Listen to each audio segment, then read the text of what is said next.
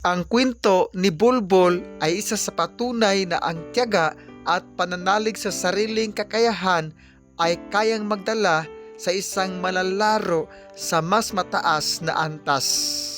Sa kabila ng matinding presyur dahil anak siya ng dating NBA player na si Manute Bol, pinili niyang gumawa ng sarili niyang pangalan sa mundo ng basketball. Mga idol, sa kanyang natatanging tangkad, husay sa paghawak ng bola at kakayahang tumira mula sa labas. Naging kakaiba siya sa karamihan ng mga big man sa modernong laro.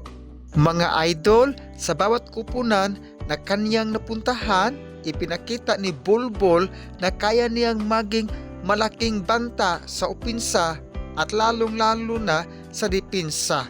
Hindi naging madali ang kanyang paglalakbay dahil nakaranas siya ng mga injury at limitadong playing time.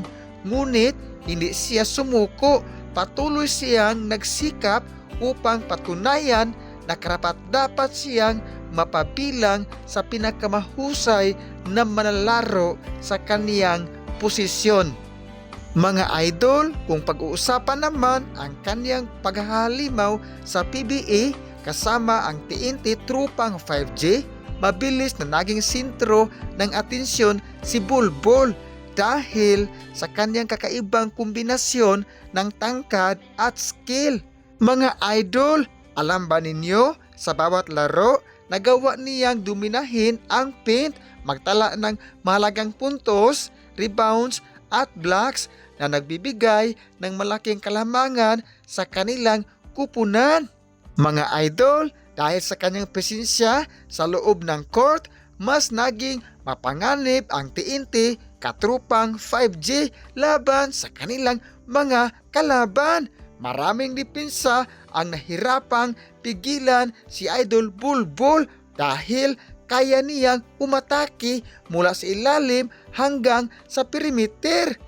Ito pa mga idol, ang kanyang enerhiya at determinasyon ay naging inspirasyon hindi lamang sa kanyang mga kakampi, kundi pati na rin sa mga kabataang nangangarap maging basketball player at mahal siya ng mga kababayan nating Pilipino.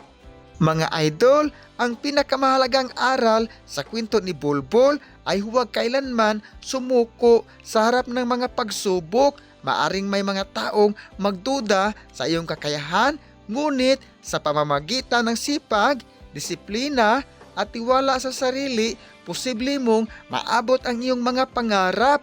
Tulad ni Bulbul, ang tagumpay ay dumating sa mga taong patuloy na lumalaban at naniniwala sa kanilang sarili. Hanggang sa uli mga idol, at patuloy tayong mangarap dahil walang tagumpay na hindi dumaan muna sa paghihirap.